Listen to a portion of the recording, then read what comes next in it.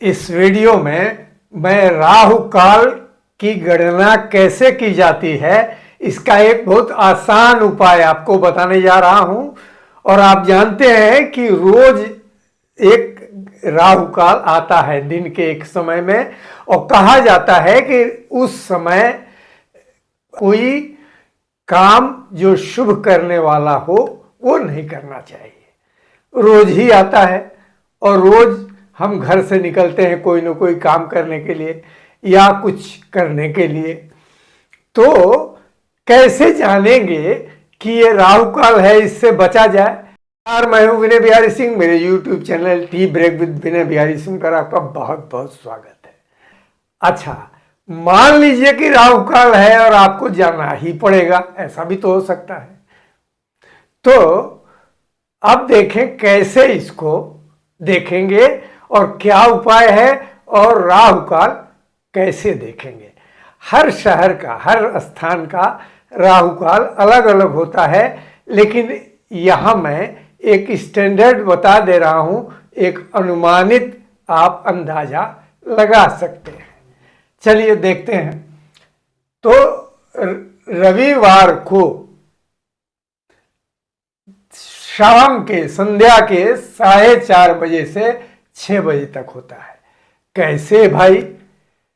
तो दिन में ही राहु काल देखते हैं, रात में राहु काल नहीं देखते। तो दिन 12 घंटे का मान लीजिए, सुबह 6 बजे से शाम को 6 बजे तक, इसी के बीच में राहु काल देखते हैं और उसको अवॉइड करते हैं, उससे बच के दूसरा उसमें कोई ऐसा काम न करें जो हमारे लिए लाभ देने वाला हो। अच्छा, तो 12 को 8 से विभाजित कीजिए। 12 घंटे को 8 भागों में विभाजित करेंगे, तो 8 से डिवाइड करेंगे तो 1.5 घंटे का ये एक एक स्लॉट आएगा, यानी 8 1.5 घंटे आएंगे।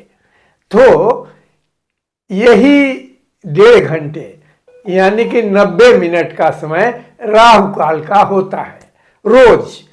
अच्छा, तो इसका एक, मैं जैसा कि मैंने बताया कि ये एक चित्र बना दे रहा हूं, लेकिन हर शहर का अलग अलग होता है, क्योंकि वहां सूर्योदय अलग समय होता है।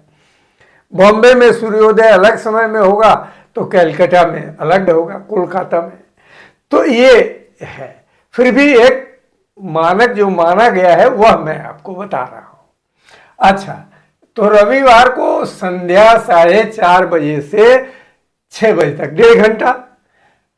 सोमवार को प्रातः 7:30 बजे से 9 बजे तक, ये तो रविवार को 8वें प्रहरार्ध में, और सोमवार को प्रातः 7:30 से 9 बजे तक दूसरे प्रहरार्ध में। अच्छा, प्रहरार्ध क्या है?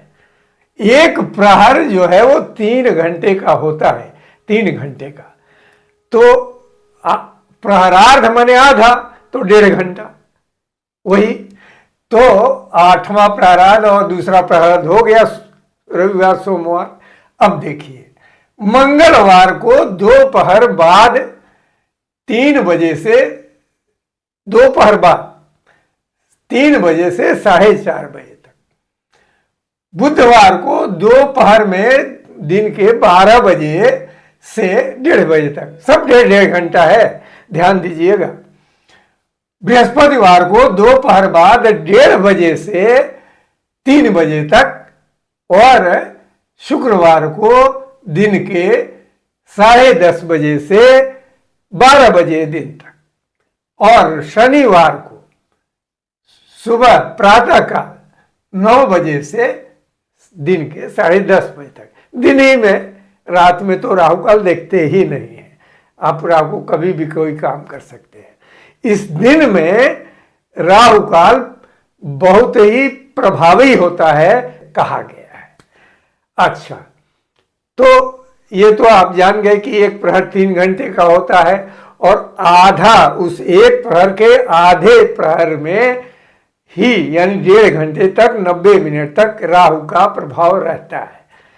अच्छा, मान लीजिए कि उसी समय आपको कोई इंटरव्यू देने जाना हो, कोई महत्वपूर्ण मीटिंग करने जाना हो और राहु काल आप अवॉइड नहीं कर सकते, तब क्या करेंगे?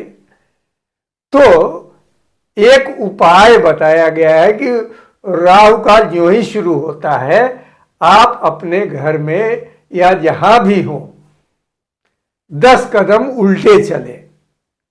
बड़ा खतरनाक है, बताया गया है कि यही करना चाहिए। 10 कदम पीछे की तरफ चलते जाइए और फिर रुक जाइए। देख करके पीछे चलना पड़ेगा क्योंकि कहीं लड़ न जाए, जगह हो, स्पेस हो, और उस तरह चल के तब जाना चाहिए। अच्छा, मान लीजिए आप ऐसी जगह हैं जहां उल्टे पांव चलने का माहौल नहीं है, या आप किसी कारणवश उल्टे पांव नहीं चल पा रहे हैं, तब क्या करेंगे? तब एक उपाय और है। जैसे मनसा पूजा की जाती है मन से, वैसे ही आप एक जगह चुपचाप बैठ जाएं और आंख बंद करके कल्पना करें कि मैं उल्टे पांव चल रहा हूं, और 10 कदम चलने के बाद फिर खत्म। तो कल्पना में भी उल्टे पांव, यानी मन से भी उल्टे पांव चलते हैं, उसका उतना ही फल मिलता है। और जप का भी मनसा जप कर सकते हैं, ये एक। और दूसरा, पूरी एक माला में राम मंत्र का जाप कर लीजिए, निकलिए, चाहे राहु काल में जाना पड़े, ये मजबूरी में ऐसा कहा गया है ये एक बार फिर कि दिन के 12 घंटों को 8 से विभाजित कर देते हैं, तो एक भाग वो 1.5 घंटे का है, और 1.5 घंटा यानी 90 मिनट, उसी समय तक उस दिन राहु काल रहता है। अलग अलग शहरों में अलग अलग समय सूर्योदय और सूर्यास्त का होता है, तो राहु काल भी अलग अलग हो जाएगा। ये एक सामान्य बता दिया आपको, ताकि आपको गणना करने में सुविधा हो। नमस्कार।